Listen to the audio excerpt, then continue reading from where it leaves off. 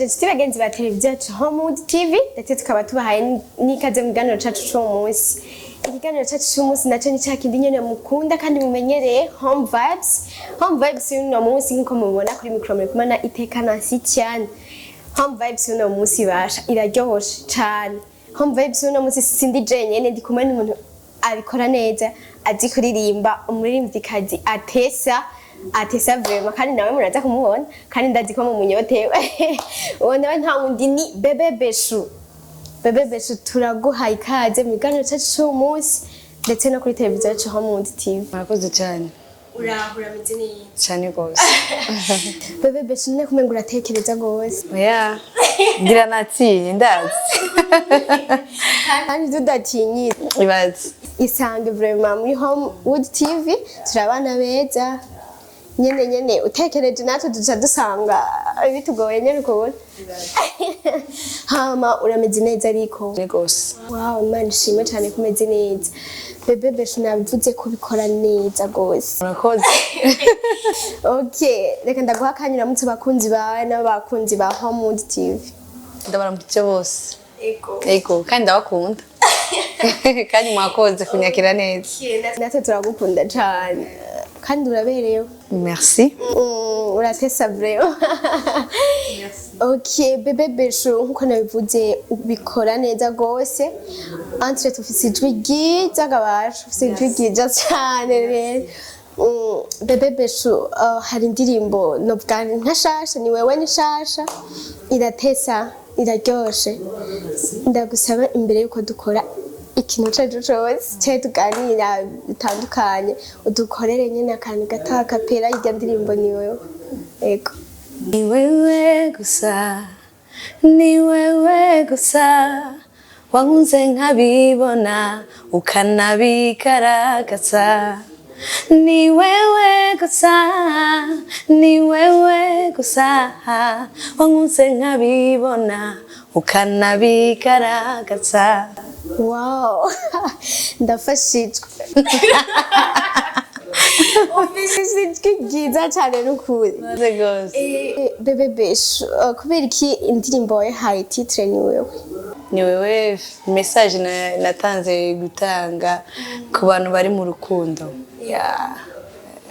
Urashaka kutubwira iyo message yo biri mu ndirimbo? Message ya mbere nuko kujya usanga uri kumwe n'umutipe mugendana ariko ugasanga hari abantu batagirera urukundo rwanyu bavuga amajambo ariko umutipe wawe ayihanganye amajambo yose bavuga canke umukobwa mugendana ayihanganiye vraiment nijya ndirimbo ni wewe gusa utubona yuko ari wewe nyine. Bechou urakaze cyane inyuma ya go wahise ronka nyene umuntu nyene. Oh yeah. Bon muri go ni message. No muri we ni wewe ni message. Urumva waramwirukanye hituronkunda tese. Utuvuga ati sinovyihereza boreka ndamuririmbire kari we nyene. Ariko ni message sije. Okay, Bechou navuze ko bikora neza. Irya ndirimbo yawe ndiko ndayivuga cyane kubera ari nshasha kandi iraryoshe cyane. Mbega Bechou irya ndirimbo yawe ni ndayikora? Kendirimbo yanje pitch niwe ikoze audio. Video n'umuntu yaravuye muri Goma muri Congo niwe yayikoze. Ura ku umuntu muri Goma kugira aje gukora video. Aha, uragaze. Umanda bivuga ko bikora neza. Bechou guhagurutsa umuntu muri Goma kamuzanira vyarakoroheye. Byari byoroshe cyo byumva nawe. Nyene warashize ashikira gufungura tusa. Ashikira gufungura byose ni wewe. Ndafise n'abantu basapotinze ndabashimiye gose. None entreta imbere yuko aza wamuronse gute cyari yarasanzwe aramugenzi wawe? Namuronse kubera umuntu.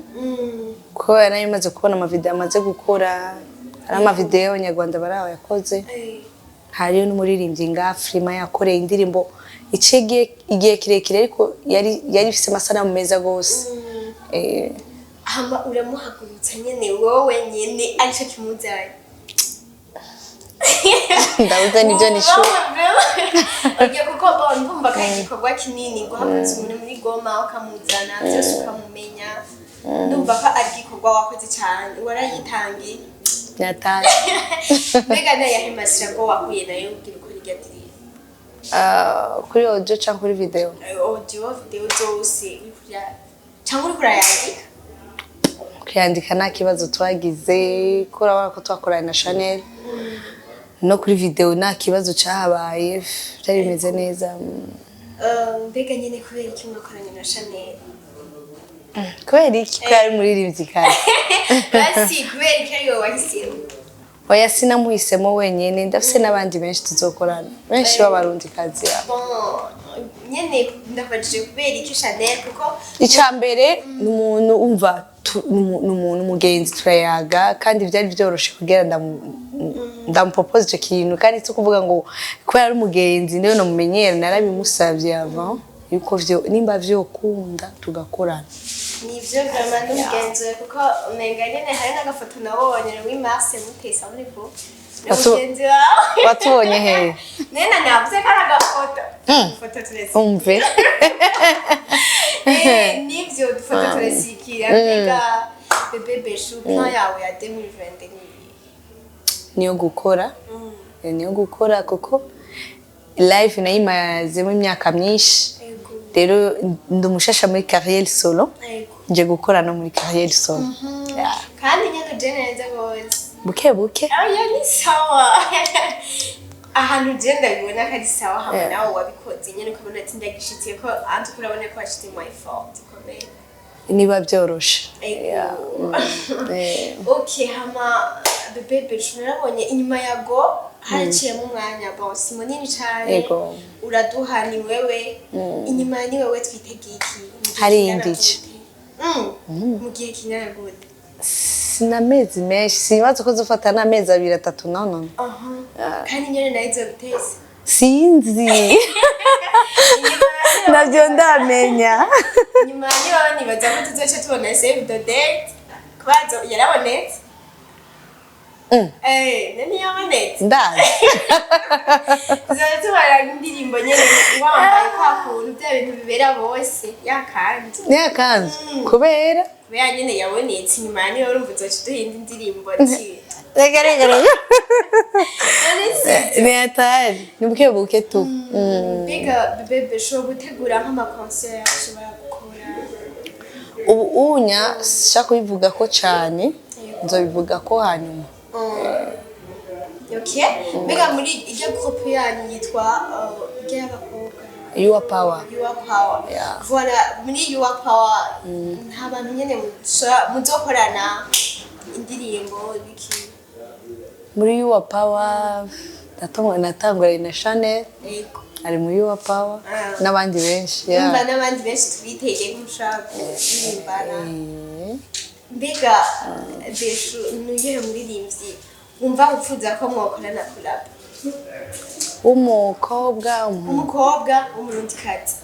w'umurundikazi mana yanje none ko bose babizi notora ndangarekanda kugira uwo préfère kavuga ati vraiment umuntu ndashaka ko dukorana ni benshi ariko sinshobora kubivuga ko cyane bari mu mutima basi umuhungu nabo bari mu mutima ni benshi bari ndani urazi umuvuze ku buryo umukeneye arashobora nawe kuba iyo bani iki kiganiro akavuga ati arankeneye hamwe umusabye byo mworohera guhita akwemerera ni benshi gamana yanje nohera kuri umwe gusa oya mvuze umwe nabandi ko ndate umwe kandi mfise benshi umutima kugira benshi bazi novuga kuri 3 umwe 2 3 hariyo Kidumu hariyo Farias hariyo Satsby hariyo n'abandi hariyo bande b'abaraperi bande tubona bebe Bechou idwi ryawe ni rya Satsby bihura mufise amajwi nyene mutese rero oya reka ego hama bebe Bechou nabwiye wavuze ko muri plan yawe ya 2020 ukura dutegura ibintu biryoshe cyane kandi nyene biteza murabo navuze ati muri aya makolabo waba mushobora gukorana muri 2022 cyane nivyo tegura muri kazoza muri 2022 hariho bamwe ariko iyi ndirimbo ndiko ndakora unya ni wanje jenyine kwanza makolabo nzicanda yakora mu nyuma ngaragaze no kugira karaoke ko abihevye baba sinabihevye ndakora ni okay ngira nije ntari yaje na le 11 mai nzoba ndihagiranye bungo bar sotwe turagira live ashaka kugira kanye tumira abantu n'abakunzi bawe bazohara nibaze mu byinshi gose le 11 mai nyabungo bar ati kaze cyane mamufise ko batumiye ni bebe Bechou turi kumwe kuko ndabivuze abikora neza vraiment bebe Bechou mandabivu kweri nyari gya ndirimbira aboneka ko ari umuntu yavuye hati umve